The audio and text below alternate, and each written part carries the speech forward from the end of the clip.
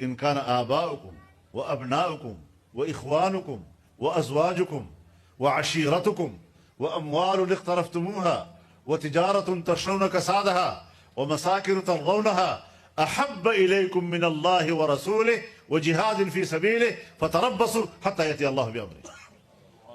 اب یہ فتربصوا حتى ياتي الله بامره کا لفظ اللہ جہاں بھی استعمال کرتا ہے اس میں آپ کو پیغام بھیجتا ہے کہ پھر میرے عذاب کے لیے تیار ہو جاؤ. ہم بیٹھے کہاں ہیں؟ ہم نے مسجد کون سا سنبھالا ہوا ہے؟ العلماء ورثۃ الانبیاء. لیکن دین اسلام کی جو کامل اور مکمل صورت ہے،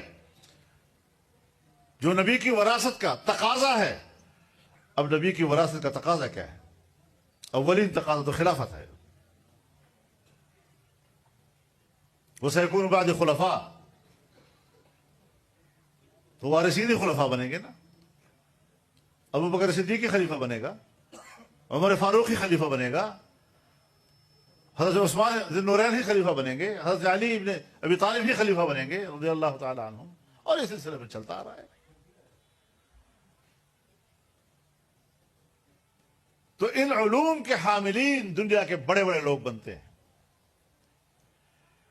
اور یہ انسانیت کو اکٹھا کرنے والا دین ہے. یہاں تو قومیت کے نعرے بھی لگتے ہیں، اور جو قومیت کا نعرہ لگاتا ہے اور پھر قومیت میں مقابلہ دوسری قومیت کے، یہ لوگ اپنے آپ کو لبرل بھی کہتے ہیں.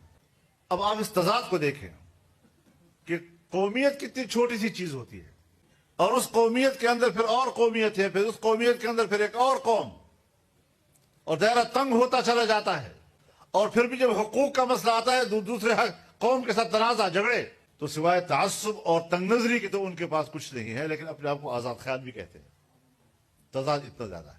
اور جس دین کے آپ وارث ہیں، قل یا ایھا الناس انی رسول اللہ الیکم جمیعا، تمام انسانیت کو بتا دو کہ میں تم سب کی طرف اللہ کا پیغمبر ہوں. اور لا الہ الا اللہ کے رشتے میں آیا تو پھر وہ بھائی ہو گیا. قومیتوں کا فرق، زبان کا فرق، رنگ کا فرق ختم ہو گیا.